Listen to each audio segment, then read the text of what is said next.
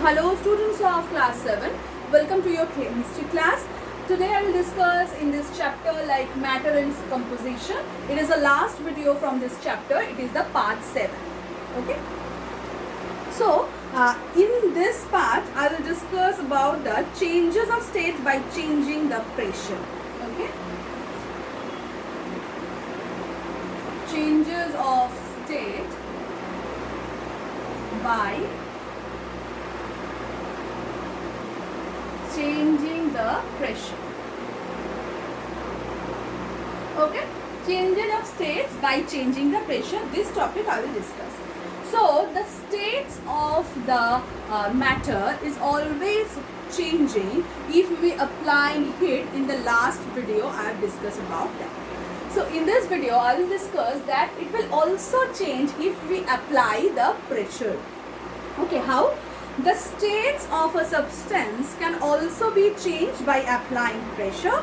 For example, gases or increasing pressure change into liquid form. If we apply the pressure to a gas, it will form the liquid. Okay. Thus, we can obtain liquid oxygen, liquid carbon dioxide, liquid cooking gas. In our regular gas, what we are using in our house, like LPG, liquid petroleum gases. Okay, and also in our gas cylinders, the gas is on the liquid form. But when we decrease the pressure by just doing the knob correct, then it will form the gas, because now the pressure is decreased. That is why from the liquid state it formed the gaseous state. On the cooking gas sold by the cylinder, as I already told you, we known as this LPG. That means liquid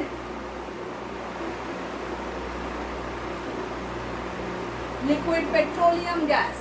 Okay, it is our normal cooking gas. So there are some substances like camphor, naphthalene, iodine crystals, ammonium chloride, etc., which change directly from solid to gaseous state, or heating vice versa on cooling. Okay, this is also we know about this. Okay, these are the parts of it, but now I am going to give you one like flow chart or one circular way chart. In this way you can understand these things properly. Okay, so here I am writing liquid, here the gas, here the solid, and here the liquid.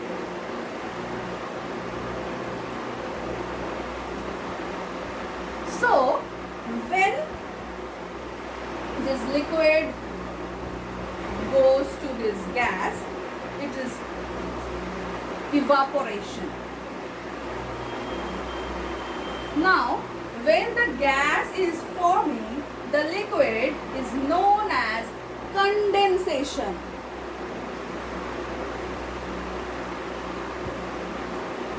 Here the liquid when form the solid, we call it like solidification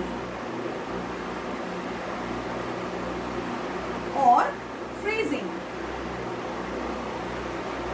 Now when the solid goes to the liquid, we call it as melting. So now you can find out that it is a circular way to change in the state. Okay, so this way we can form the liquid from solid, then the gases from liquids, then the liquid from these gases, and finally the liquid from this solid. Okay, so it is a circular way. And one more thing, when the solid particles directly from the gas, we know it is the sublimation. And the opposite way, when the gas forming the liquid directly, it is called the deposition. I have already told you that this function sublimation we can see in this camphor. You know the example, iodine, etc. So I think you understood these parts very correctly, and now I am just recapitulating this chapter in a very short way. What are they? Like, matter has mass that occupies space. You know that correctly. Matter is made up of small atoms, and they are forming the molecules by attaching together, and finally they form the matter.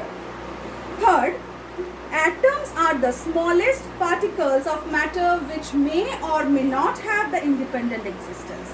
So sometimes the atoms we can't find out in a single way. They are forming the molecule, and we can find out the molecules in this nature. Okay, so they don't have any independent existence.